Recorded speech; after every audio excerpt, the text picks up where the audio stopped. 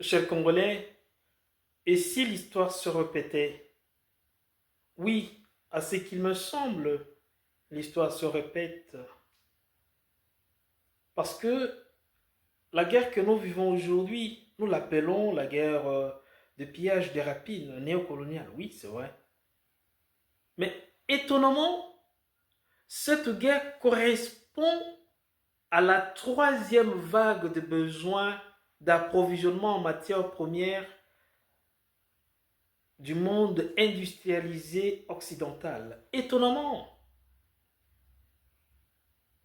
aujourd'hui, l'Occident, la France, la Belgique, les États-Unis, l'Allemagne, l'Angleterre, l'Italie, la Suisse, le Canada, l'Allemagne, tous ces pays ont besoin du colombo-tantalite, appelé coltan, et surtout du lithium, élément essentiel pour la fabrication des batteries, des téléphones, de l'ordinateur et des voitures électriques. Étonnant. Et il y a guerre chez nous. Et cela fait déjà près de 30 ans, depuis 2 août 1998. Étonnant. Mais l'histoire nous enseigne que dans le passé, il y a eu aussi deux vagues qui correspondent toujours aux mêmes besoins du monde occidental industrialisé. Et ces deux vagues ont été accompagnées de toujours de guerres, de souffrances, de massacres chez nous. La première vague va du début de la colonisation. J'allais dire le 1er juillet 1885, avec la proclamation à Vivi, la proclamation officielle de l'État indépendant du Congo, à Vivi, jusque dans les années 1908. Et c'est l'État indépendant du Congo avec le fameux roi des Belges, Léopold II. Le monde occidental avait besoin d'approvisionnement en matières premières, c'est-à-dire du caoutchouc, spécialement du caoutchouc, puis de l'ivoire.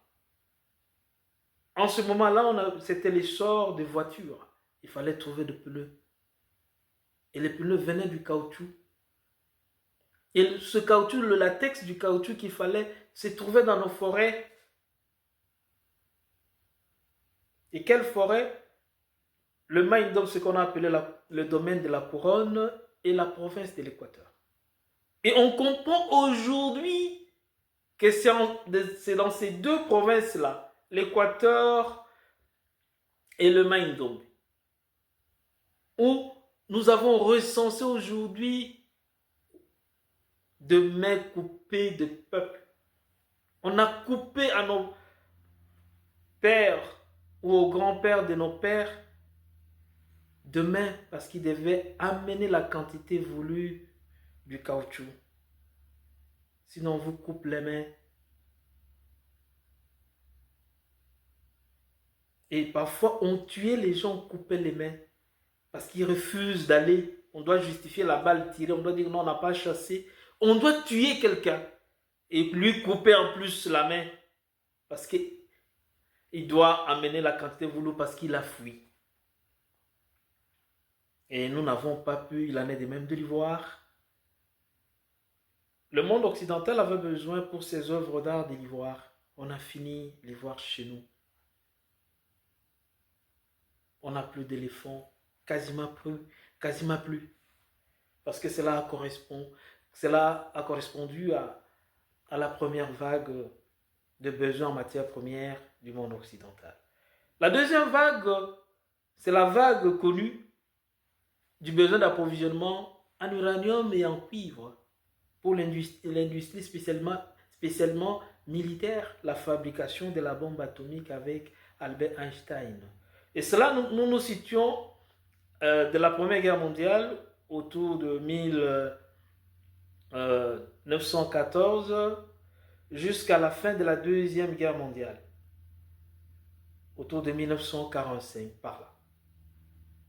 Le monde occidental avait besoin de l'uranium et du cuivre, spécialement de l'uranium pour la fabrication des bombes atomiques. Et on sait le massacre qu'il y a eu dans le Katanga. Mon peuple, notre peuple a été décimé. Donc ce n'est plus la province du Maïndombe ni l'Équateur parce qu'il n'a pas, jusque-là, on n'avait pas découvert l'uranium là-bas.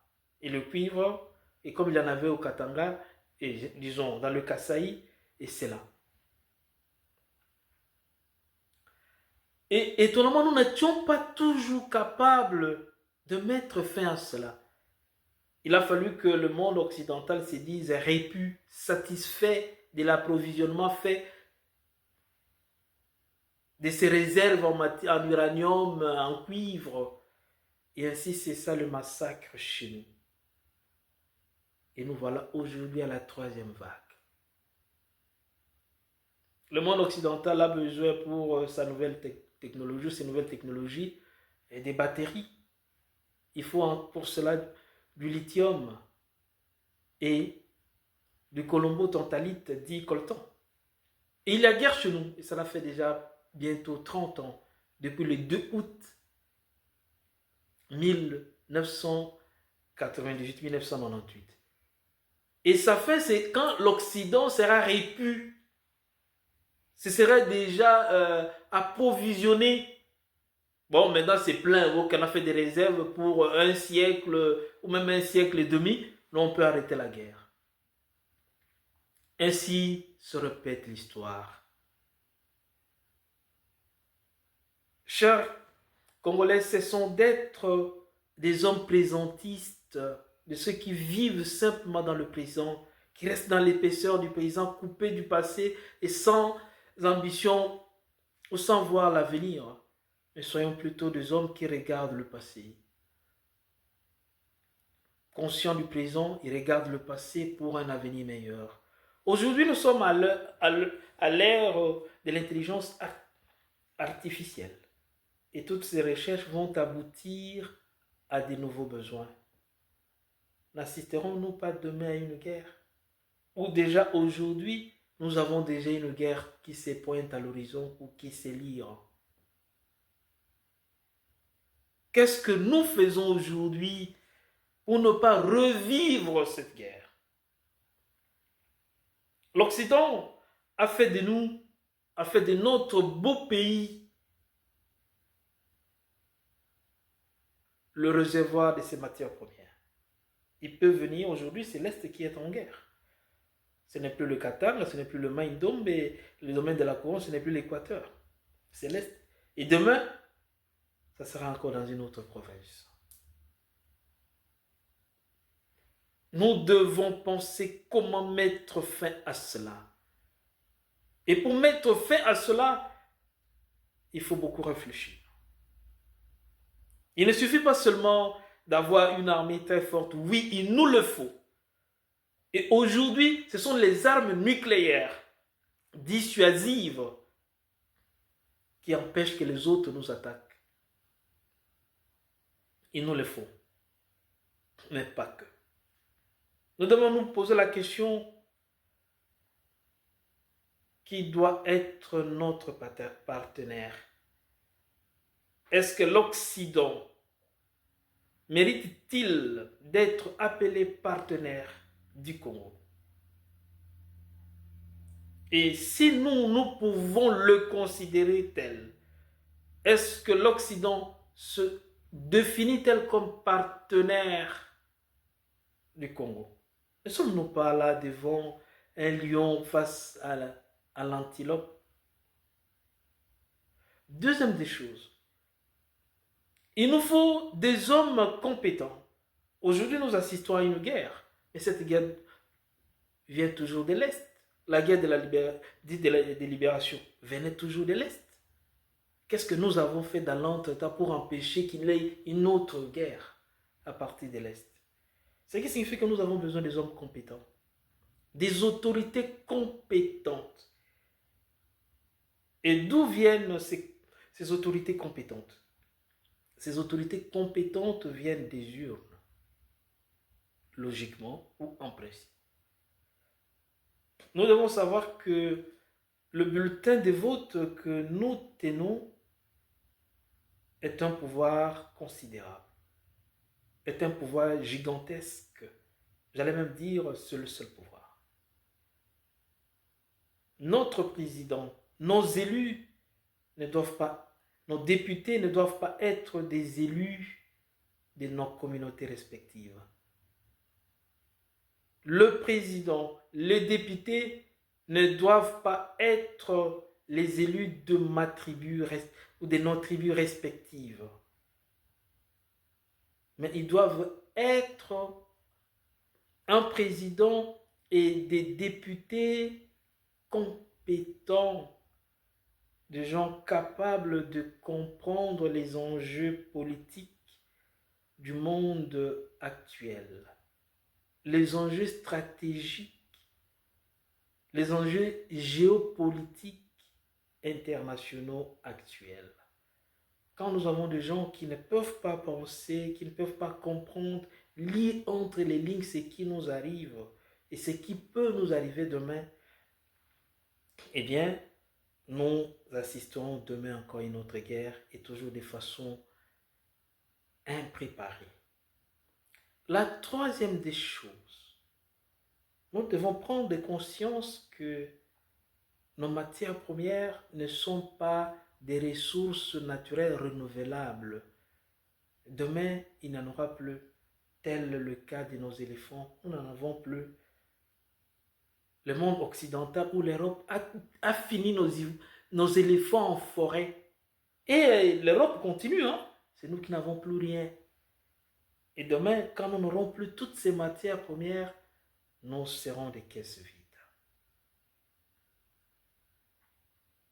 Et la quatrième des choses, pour avoir des hommes compétents qui réfléchissent, pour avoir des électeurs qui font un choix conséquent, nous avons besoin des hommes éduqués, des hommes qui pensent par eux-mêmes, des hommes éveillés, et c'est le système éducatif.